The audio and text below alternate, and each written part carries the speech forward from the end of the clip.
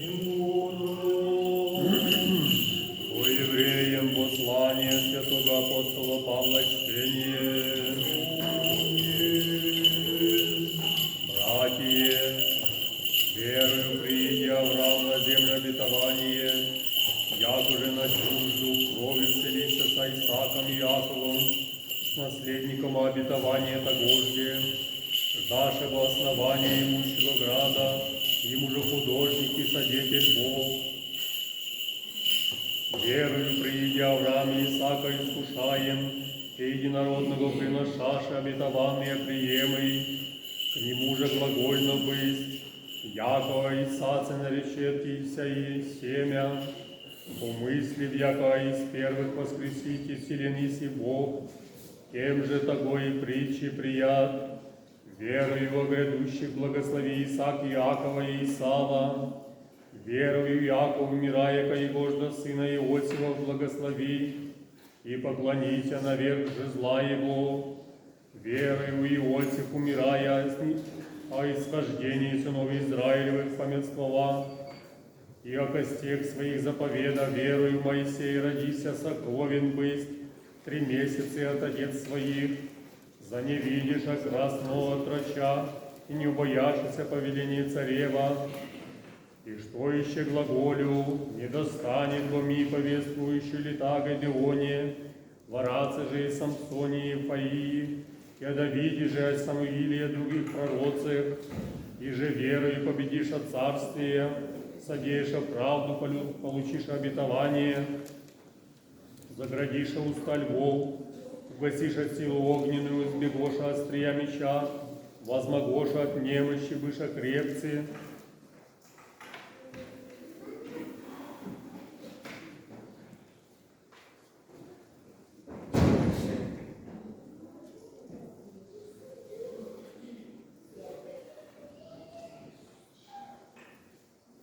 И раному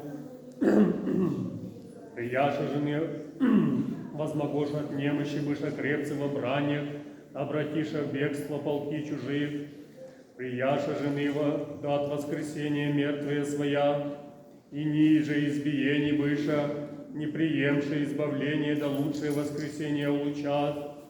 Друзи же руганиями, ранами, искушение прияша, еще же и усы темнить, каменем побиений быша, притрени быша, искушений быша, убийством меча умроша, проедоша в милотях и в козьих кожах, лишенец, скорбящий, озлоблений, их же небедостоин весь мир, в пустынях скитающиеся и в горах и вертепах, и в пропастях земных, и сии всепослушании, бывший верою, не прияша обетование Богу лучшее, что от нас презревшу, да не без вас совершенство приму.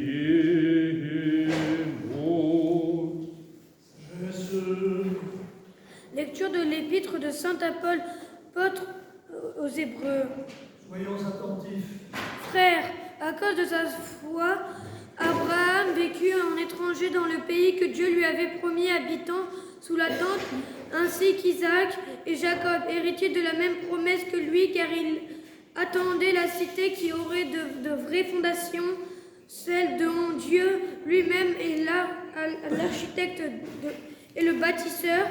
Et que dire de plus, car le temps me manquerait si je voulais parler en détail de Gédéon, de Barak, de Samson et de Jephthé, de David ainsi que Samuel et des prophètes, eux qui, grâce à leur foi, conquirent des royaumes, exercent la justice, obtenirent l'accomplissement des promesses, fermèrent la gueule des lions, éteignirent la violence du feu, échappèrent aux tranchants du glaive, tirèrent force de leur faiblesse, montrèrent leur vaillance au combat, mirent en fuite des armées d'étrangers par la foi. Certains ont ressuscité pour des femmes leurs enfants morts, d'autres sont laissés torturer, refusant leur délivrance afin d'obtenir une meilleure résurrection. D'autres encore ont subi la direction les coups de fouet, en plus des chaînes et de la prison. On les a lapidés, sciés, torturés, livrés par le glaive à la mort, ou bien ils durent aller ça et là sous de toisons de chèvres ou de peaux de moutons, dénués, opprimés, maltraités et que le monde n'était pas digne d'accueillir. Ils ont erré dans les déserts et sur les monts, habitant les cavernes, les trous de la terre. Néanmoins, tous ces martyrs de la foi n'ont pas bénéficié de ce que Dieu avait promis, puisqu'ils avaient prévu pour nous un sort meilleur, afin qu'ils ne puissent pas sans nous parvenir à la perfection. И Духове Твоему. Глаз 4, аллилуйя, аллилуйя, аллилуйя.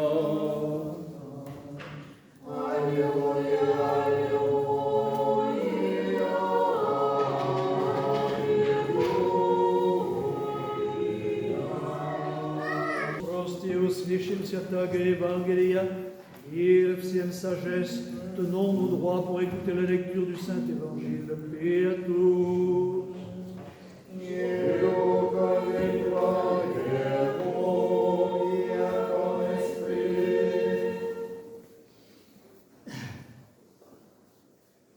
Lecture du Saint-Évangile selon Saint Matthieu.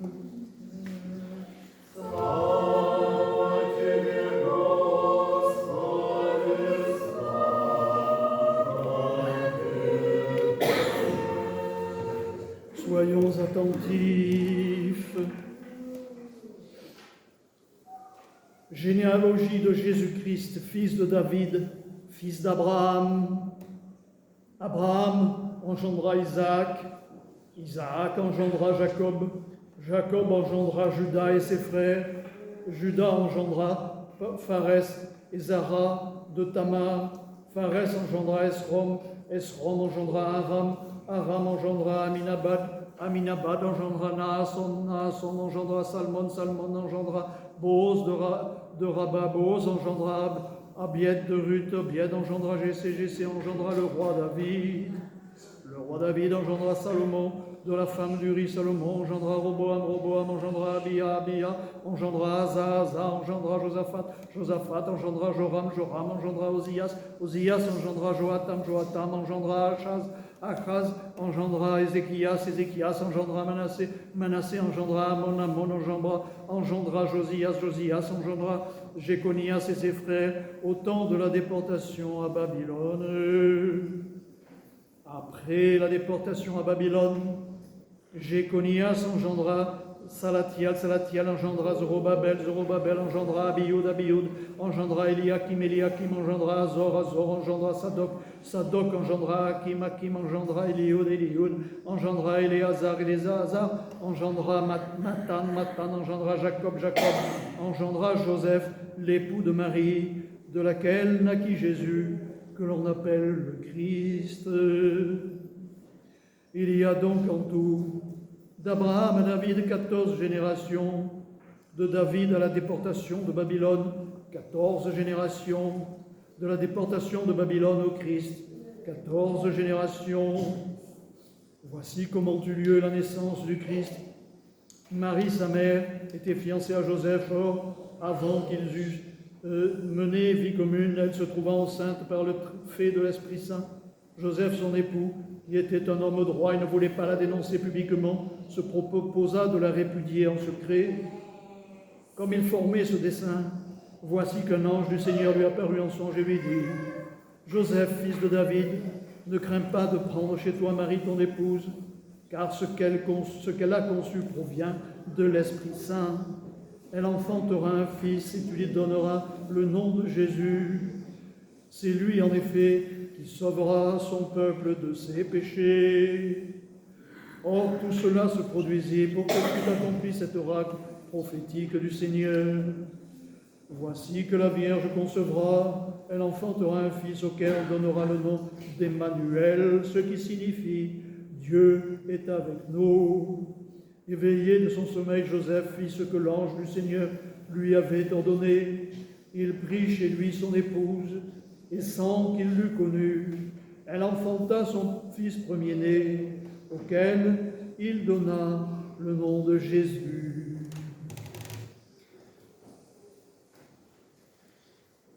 Єгорства Ісуса Христа, сина Давидова, сина Авраамля.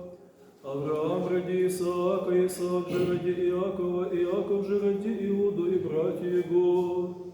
Иуда же ради Фареса и Сара от Хамары, Фарес же ради Есрома, Есром же ради Арама, Арам же ради Аминадава, Аминадав же ради Наассона, Наасон же ради Салмона, Салмон же ради Вооза от Рахавы, Вооз же ради Овида от Руфы, Овид же ради Иесея, Иесей же ради Давида царя, Давид же царь ради Соломона от Уирины, Соломон же ради Ровоама, Ровоам же ради Авия, Авия же ради Аса, Аса же ради Иосафата, Иосафат же ради Иорама, Иорам же ради Озию, Озия же ради Иоафама, Иоафам же ради Ахаза, Ахаз же ради Иезекия, Иезекия же ради Манасея, Манасея же ради Амона, Амон же ради Иосию, Иосия же ради Иехонию и братья его в переселение Вавилонское.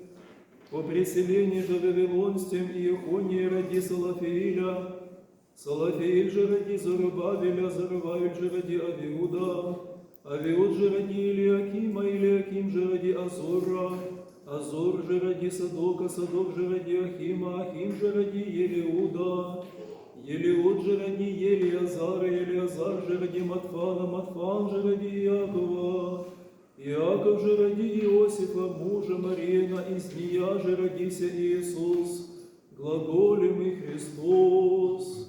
Всех же родов от Авраама до Давида родове 14, и от Давида до преселения Вавилонского родове 14, и от преселения Вавилонского до Христа родове 14. Иисус Христово Рождество си тебе, обручений у бывшей матери Его Марии Иосифове, прежде даже не снитеся има, обретися имущего чреве от Духа Свята.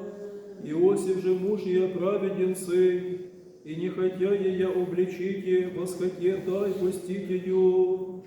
Сия же ему помыслившу, се ангел Господень во сне явися ему глаголя. Иосифе, сыне Давидов, не убойся, приятия Мариам, жены твоя, родшая бося в ней от Духа ей свята, родит же сына, и наречеше имя ему Иисус. Той бо спасет люди свои от грех их.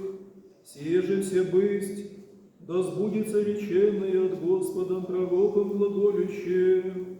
Все дева во чреве приимет и родит сына, и нарекут имя ему Емануил, еже есть сказаемо с нами Бог. Восстал же Иосиф от сна, сотвори, якоже повеле ему ангел Господень, и прият жену свою, и не знаешь я, донь же ради сына своего первенца, и нарече имя ему Иисус.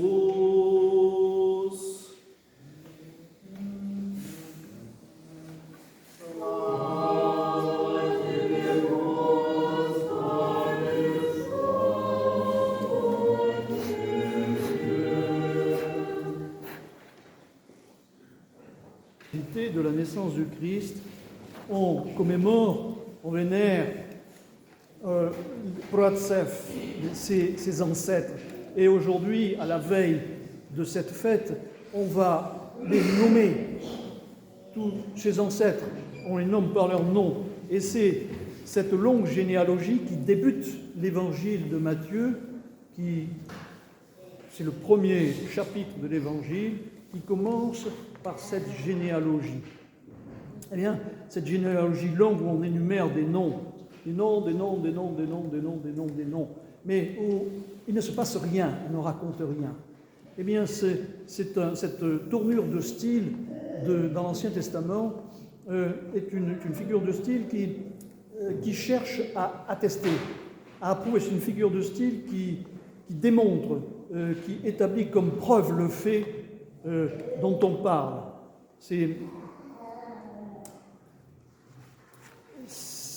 Pour que ce ne soit pas le fait dont on parle, pour attester que ce n'est pas une fable. Aujourd'hui, on va chercher des preuves, on source des documents, etc. À l'époque, non. Donc, ce style-là qui répète et déclame comme une litanie, établit pour tout le monde la preuve pour tout le monde. Donc, ça sous-tend, cet évangile sous-tend la question de la foi. Qu'est-ce que c'est que la foi? La foi, il faut s'en rappeler, ce n'est pas simplement le crédit que l'on porte, que chacun peut porter ou pas, à une histoire, à une fable que l'on nous raconte. Les fables ne prennent consistance que par le crédit que leur apporte leur auditeur. Non, il ne s'agit pas de ça. Il s'agit d'un fait avéré. Et pour le narrateur de cet évangile, qui décline toute cette généalogie, c'est une preuve, c'est un fait avéré, c'est une certitude qui s'exprime sous cette forme-là. Alors la foi aussi, il faut dire que, qu'est-ce que c'est que la foi? Alors, ce n'est pas que, au-delà de cette expression vétérotestamentaire, la foi, comme on le considère trop souvent aujourd'hui, ce n'est pas qu'une simple croyance, c'est-à-dire que j'opte oui ou j'opte non. Ça, c'est superficiel. Ça, ce n'est pas la foi avec un grand F. Ça, c'est une hypothèse à laquelle on croit ou on adhère ou pas. La foi avec un grand F, c'est quelque chose qui sort du cœur. C'est une certitude. C'est quelque chose dont on est certain au plus profond de soi. C'est quelque chose c'est une certitude inébranlable, mais inexplicable rationnellement, mais inébranlable, qu'on a en soi. C'est quelque chose qui vient de la vie, de la puissance vitale qui est en nous. Et cette foi qui vient de la puissance vitale explique la puissance de cette foi, qui est capable d'accomplir des miracles, Et l'apôtre, l'épître de Paul, va nous en parler de ces miracles. Eh bien, à la fin de l'évangile,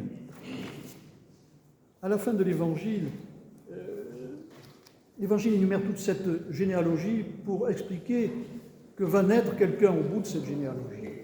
Au bout de ce chemin tracé, va naître quelqu'un qui va s'appeler Jésus.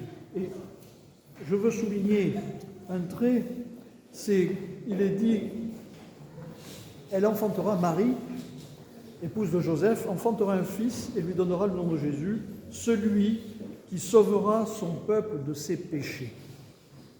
Alors ça doit nous interpeller un peu, ça nous interpelle un peu, on s'arrête en route, on se dit, c'est le peuple de ses péchés.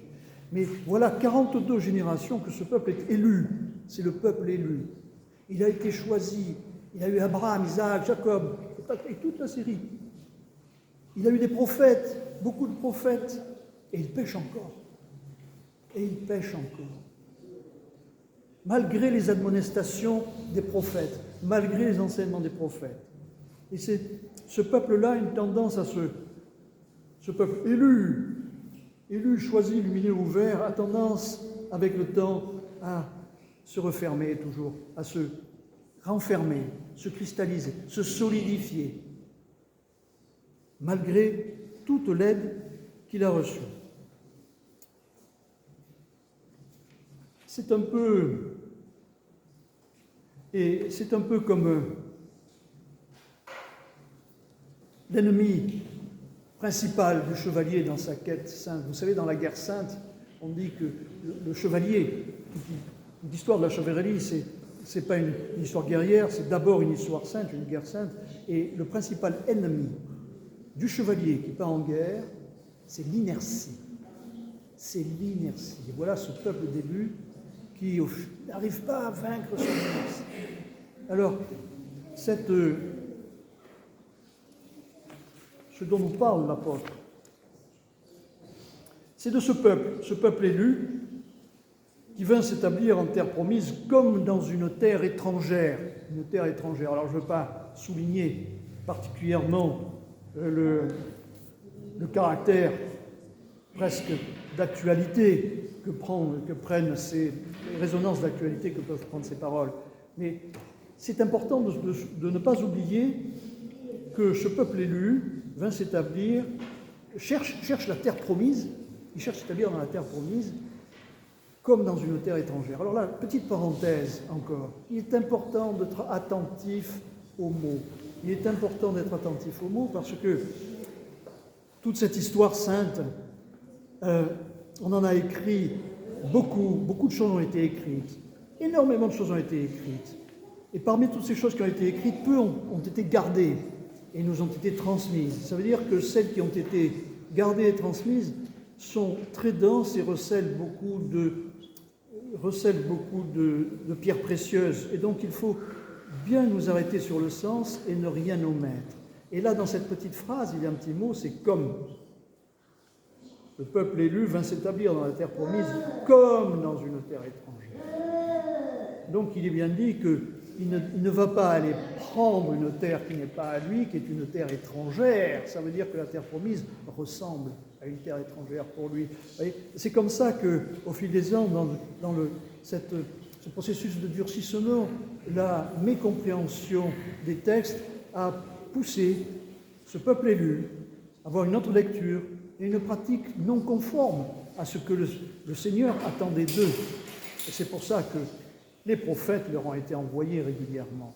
Alors les héritiers de la promesse, ce qu'il faut remarquer aussi que nous dit cette épître, les héritiers de la promesse vivent sous les tentes. Habitant sous des tentes, ainsi qu'Isaac et Jacob, les co-héritiers de la même promesse. Ils habitent sous des tentes. Et là aussi, ce petit mot discret doit nous faire réfléchir, parce que rien n'est gratuit. Aucun mot n'est gratuit, et tous les mots ont un sens pourvu qu'ils nous accrochent et qu'on y réfléchisse. Parce qu'on pourrait simplement considérer que le fait qu'ils vivent dans des tentes, c'est parce qu'ils pérégrinent, ils voyagent. Et quand on voyage, on ne peut pas transporter une maison de pierre sur son dos, donc on a des tentes comme nous, campeurs. Mais ça, c'est un raisonnement que nous projetons à partir de notre situation. Il n'est pas dit qu'ils vivent sous des tentes temporairement. Ce n'est pas écrit temporairement. On dit qu'ils vivent sous des tentes. Et ça doit nous rappeler quelque chose. Ça doit nous rappeler la différence entre les nomades et les sédentaires. Et cette différence entre les nomades et les sédentaires, elle correspond à deux personnages caractéristiques dans l'histoire de l'Église, dans l'histoire du peuple élu. C'est Abel et Caïn. Abel, qui correspond aux nomades, et Caïn, qui correspond aux sédentaires. Abel, dont le sacrifice était agréable à Dieu, ce qui a rendu Caïn tellement jaloux qu'il a tué son frère.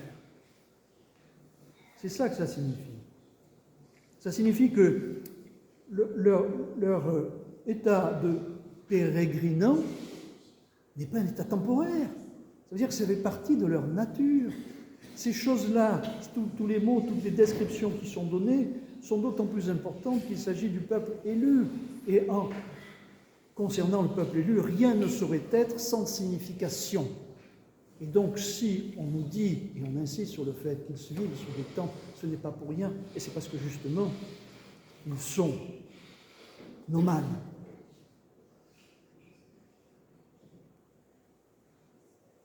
Entre le nomadisme et, on peut reprendre pour ouvrir une parenthèse, entre le nomadisme et la sédentarité, cette opposition, plutôt cette complémentarité qu'il y a entre le cercle et le carré. On en a déjà parlé comme dans l'Église, vous voyez, le cercle qui est dans la partie supérieure, le carré dans les parties basses.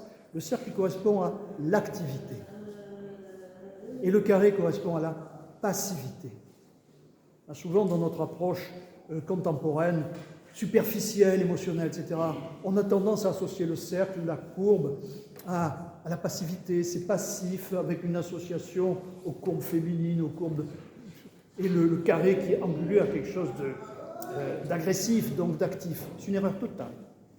C'est une erreur totale qui tient au fait qu'il n'y a aucune pensée derrière et qu'il n'y a qu'une impression et une superficialité. Si on réfléchit à ces formes géométriques, on se rend compte que le cercle est le résultat de l'activité du compas. Le cercle est actif, le cercle représente le mouvement qui tourne. C'est l'activité du ciel, le ciel est actif. La courbe est symbole d'activité. Et le carré est symbole de passivité. Pourquoi? Parce qu'il n'est pas actif, parce qu'il est figé. Le carré en géométrie, on l'avait expliqué, c'est la limite d'expansion du cercle. Plus un cercle est grand, plus sa courbe se tend. Et donc, ceux qui ont fait des mathématiques, la dérivée de la courbe, c'est la droite. Donc, à l'extrémité, la dérivée, il n'y a que des droites, et donc c'est là l'origine du cercle, du carré. Le carré est figé. C'est la passivité, et le cercle, c'est l'activité. Voilà, le peuple élu, son état, c'est dans l'activité spirituelle. C'est pour ça qu'il appartient à cette maison, comme dit l'apôtre, car ils attendaient, ils vivaient sous des tentes, car ils attendaient la cité qui a de solides fondements, celle dont Dieu est l'architecte et le constructeur. C'est-à-dire pas les hommes. Ils ne cherchaient pas une cité construite par les hommes, mais la cité construite par Dieu. En attendant la cité qui a de solides fondements, celle dont Dieu est le constructeur. Donc il ne s'agit pas de fondements humains en pierre, peut-être après extensivement, mais il ne s'agit pas de fondements humains en pierre, il ne s'agit pas d'une construction que les hommes pourraient faire. Pourquoi ils ne l'ont pas faite? D'ailleurs, ils en ont fait beaucoup. Il s'agit d'une cité que les hommes ne peuvent pas faire. Seul Dieu l'a construit. Alors, et c'est cette complémentarité qui devient antagoniste parfois entre cette activité, cette passivité, pour le peuple élu, et pour le peuple élu, ça se traduit par cette tendance à la rigidité, cette tendance à se figer, à se renfermer, à s'arrêter. C'est ce qu'on retrouve dans l'Église, dans le vétérotestamentaire, avec le pharisianisme, contre lequel le Christ n'a pas cessé de s'opposer, de s'affronter contre le pharisianisme, c'est-à-dire contre le fondamentalisme, tout ce qui lit à la lettre et dit voilà la vérité, c'est écrit, on ne doit pas déborder de ça, on ne doit pas déborder des murs. Cette tendance qui, en même temps qu'elle construit des murs de pierre, avec ses mains d'homme, en même temps transforme les monts, les fige comme des blocs figés, des blocs d'hommes, où l'Esprit de Dieu est absent. L'Esprit est absent. Et c'est là tout le combat du Christ contre le pharisianisme, pendant toute sa vie publique et sa vie terrestre. Alors, qu'est-ce qui s'ensuit de tout ça? Il s'ensuit de tout ça pour ce peuple élu dont il est question. Il est question de ce peuple élu au fil de 42 générations qui ont abouti au Christ. Et qu'est-ce qui s'ensuit de ce caractère d'élection, de cette responsabilité de peuple élu? Eh bien, il s'ensuit des vérifications. Tu es le peuple élu, mais je sais que tu as tendance à te ramollir, donc je vais de temps en temps, je vais te tester, je vais te vérifier, je vais vérifier ta certification, comme on dirait aujourd'hui dans les entreprises. Je vais vérifier ta certification. Alors on voit des certificateurs. Les certificateurs, c'est qui? Ce sont les prophètes. Ce sont les prophètes. Donc il s'ensuit des vérifications, des tests et des vérificateurs. Alors les tests, ce sont les épreuves. Ce sont les épreuves. C'est, d'abord, vous vous en souvenez, les 40 années de pérégrination dans le désert. 40 années dans le désert. Et puis des tas d'épreuves qui sont arrivées après. Et les vérificateurs, ce sont les prophètes. Ce sont les prophètes qui viennent dire ce qui ne va pas, qui viennent contrôler, qui viennent dire ce qui ne va pas, qui pointent les dysfonctionnements et qui appellent à une remise en ordre. Et là, vous avez fait ça, c'est pas bien, corrigez-vous, sinon vous arrivez quelque chose. Et souvent, vous le savez, au péril de leur vie, il y en a qui ont laissé leur peau, ces vérificateurs. Et pourquoi tout ça? Tout ça, c'est pour réveiller ce peuple élu. Pour réveiller ce peuple élu, pour éviter qu'il s'endorme, pour éviter que claquemuré dans des constructions, dans des temples de pierre, dont ils se satisfont de la construction, ils oublient leur héritage, ils oublient leur mission, ils oublient de rester nomades. Ce sont des passants. D'ailleurs, à la fin de l'épître, il y a quelques mots de Paul qui le disent bien. Ils ont été dénués, tous persécutés, maltraités, eux dont le monde n'était pas digne, errants dans les déserts. Ce sont des errants. Le monde n'en est pas digne, ils sont errants. Mais c'est pas parce que le monde les a chassés qu'ils sont errants par nature. Et c'est pour ça que le monde n'en est pas digne. Il y a dans la tradition de nos extraordinaires et vénérés constructeurs de cathédrales, dont la France est si riche, une appellation comme ça pour les tailleurs de pierre. Les tailleurs de pierre qui sont dans la tradition, qui sont dans une tradition chrétienne authentique, et qui ont une vénération pour Marie-Madeleine. Ils s'appellent eux-mêmes des passants. Ce sont des tailleurs de pierre passants. Nous sommes tous des passants sur cette terre. C'est dans ce sens-là que le peuple élu est un peuple errant, parce qu'il y a quelque chose de sa nature dans cette errance. Eh bien, nous aussi, nous sommes dans cette tribulation, et nous sommes mis à l'épreuve, constamment mis à l'épreuve, parce que nous sommes membres d'Israël. Nous sommes membres du nouvel Israël, c'est-à-dire l'Israël de toujours, pas l'Israël pharisien, mais l'Israël de toujours, le vrai Israël, invariable, dans lequel nous sommes inscrits, nous sommes créés dans Israël par quoi? Qu'est-ce qui nous crée dans cet Israël? C'est le baptême. Par le baptême, nous sommes créés dans le peuple élu. Nous sommes membres du peuple élu. Nous faisons partie entièrement du peuple élu. Nous sommes partie entièrement de ce peuple élu et de cette cité non faite de main d'homme, de cette cité qui a de solides fondements et celle dont Dieu est l'architecte et le constructeur. Par le baptême. Donc j'évoque ça parce qu'il y a une double généalogie aujourd'hui. Il y a une double généalogie qui conduit au Christ. Il y a la généalogie charnelle que nous venons d'écouter en 42 générations, 3 fois 14, 42.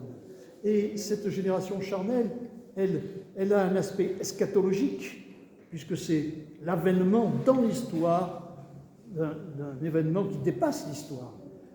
Et cette eschatologie est avérée par le nombre 42.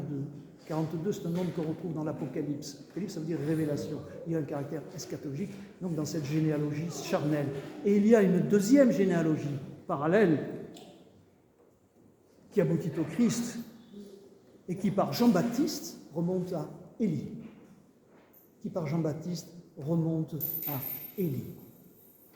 Alors que